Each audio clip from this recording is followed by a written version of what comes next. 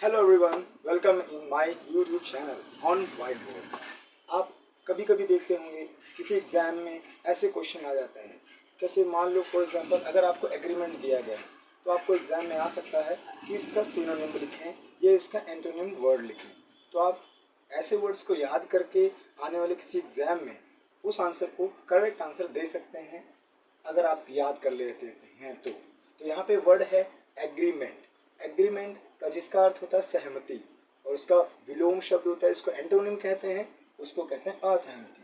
तो आप देख रहे हैं ये जो सारे वर्ड हैं ये सहमति के टर्म्स में आते हैं और ये सारे जो वर्ड्स हैं ये असहमति के टर्म्स में आते हैं।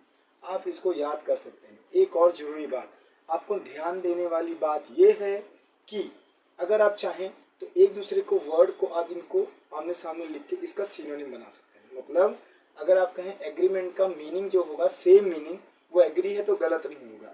इनमें से कोई भी अगर एक दूसरे को अर्थ समान के रूप में लिखेंगे तो कोई गलत नहीं होगा। सभी आपस में ये सब सहमति के ही टर्म्स के वर्ड्स हैं, बट सामने वाले ऑपोजिट हैं।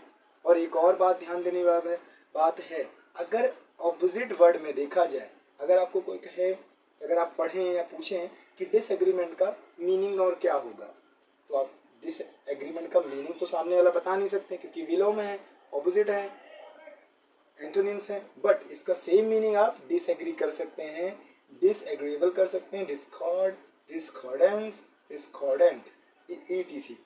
कहने का तात्पर्य दूसरे शब्दों में इस कॉलम के जितने भी वर्ड वो सहमति के टर्म्स में हैं और इस कॉलम के जो भी वर्ड्स हैं वो असहमति हैं, बट ये एक दूसरे के आमने सामने एंटोनिम्स हैं जिसको हम विलोम शब्द कहते हैं। बहुत बढ़िया से याद कीजिए और लर्न कीजिए, प्रैक्टिस करिए। क्यों? क्योंकि एक बार शब्द देखने पे आपके माइंड में तो छप जाता है बट आपको याद नहीं रहता एक साथ इतने वर्ड कैसे याद करें। तो बहुत कठिन नहीं है। आपको बस ध्यान देने वाली बात क्या है कि आपको वर्ड याद करना है। आप देखिए जो भी ऑपोजिट बना है एंटोनिम्स, इसमें आपको क्या कॉमन दिखाई दे रहा है?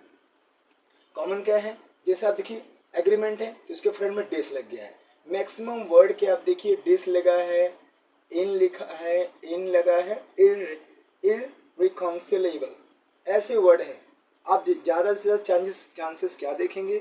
जो भी ऑपोजिट वर्ड बने हैं उसमें डिस वर्ड मैक्सिमम लगा है। अब ये कैसे लगा, कैसे याद होगा? इसके लिए आपको प्रैक्टिस करना होगा। याद करने के लिए अगर आप कई ऐसे एग्जाम बीट करना चाहते हैं इसमें इंग्लिश के ऐसे वर्ड आते हैं तो मैं एक एक करके ऐसे वीडियो में बनाता रहूँगा जिससे आपको एक शब्द के समानार्थ और विलोम, सिनोनिम एंड एंटोनिम्स वर्ड मिलते रहेंगे ताकि आप आसानी से याद कर सकते हैं। क्योंकि अब आपको एक शब्द से सीमित नहीं रहना, आपको एक ही शब्द के इंग्लिश में एक से अधिक वर्ड, कम से कम 5 की 10 वर्ड्स तो आने चाहिए। नहीं तो फिर आप मान लो एग्जाम में याद कर गए कि एग्रीमेंट का मीनिंग बताइए तो आपने बस डिसएग्रीमेंट लर्न कर लिया, बट अभी आ जाए एकॉर्ड का मीनिंग क्या है तो आपको एकॉर्ड भी नहीं पता होगा और डिस्कॉर्ड तो आप लिख ही नहीं पाएंगे। इसलिए आपको मोर देन 5 वर्ड्स याद करने होंगे as a synonyms and as a antonyms. Okay, मिलते हैं फिर नेक्स्ट वीडियो में और कमेंट में जरूर लिखिए कि अगला वीडियो मैं किस वर्ड पे बनाऊं। Okay, thank you, bye bye.